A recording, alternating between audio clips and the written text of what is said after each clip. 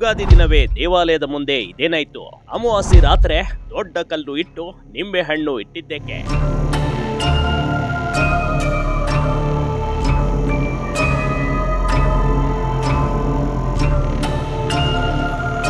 ಹೀಗೆ ಎಲ್ಲಿ ಬೇಕಂದರಲ್ಲಿ ದೊಡ್ಡ ಕಲ್ಲು ಇಡಲಾಗಿದೆ. ಅದರ ಸುತ್ತಲೂ ಅರಿಶಿನ, ಕುಂಕುಮ ಹಾಗೂ ನಿಂಬೆ ಹಣ್ಣು ಇಟ್ಟು ಅದೇನು ಮಾಡಿದ್ದಾರೆ ಅಂತ ನೋಡ್ಬಿಡಿ.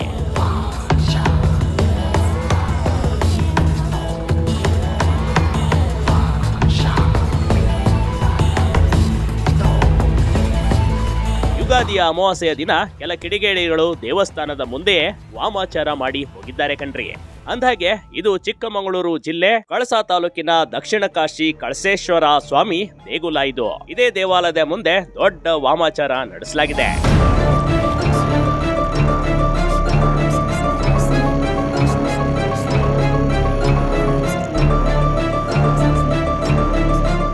ದೊಡ್ಡ ಕಲ್ಲುಗಳನ್ನಿಟ್ಟು ಅರಿಶಿನ, ಕುಂಕುಮ, ತೆಂಗಿನಕಾಯಿ, ಕುಂಬಳಕಾಯಿ, ನಾಣ್ಯ, ನಿಂಬೆ ಹಣ್ಣು ಸೇರಿ ಹಲವು ವಸ್ತುಗಳನ್ನ ಬಳಸಲಾಗಿದೆ.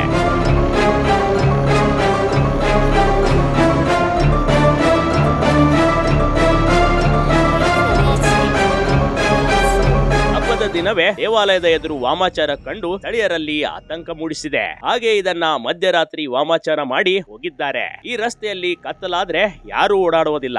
ಆದ್ರೆ ಕಳೆದ ವರ್ಷ ಇದೇ ದೇಗುಲದಲ್ಲಿ ಕಳ್ಳತನ ಕೂಡ ಆಗಿತ್ತು. ಈಗ ಮತ್ತೆ ಜನರಲ್ಲಿ ವಾಮಾಚಾರದಿಂದ ಭೇದ ವಾತಾವರಣ ಸೃಷ್ಟಿಯಾಗಿದೆ.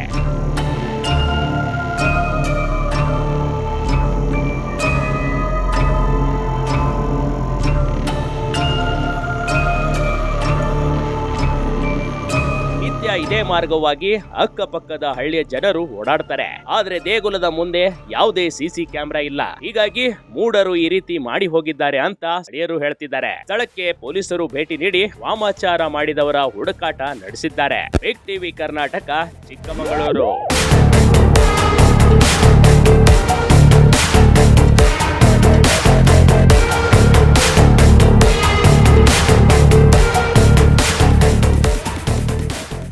ಬಿಗ್ ಟಿವಿ ಕರ್ನಾಟಕ ಯೂಟ್ಯೂಬ್ ಚಾನೆಲ್ಗೆ ಈಗಲೇ ಸಬ್ಸ್ಕ್ರೈಬ್ ಮಾಡಿ. ಧನ್ಯವಾದಗಳು.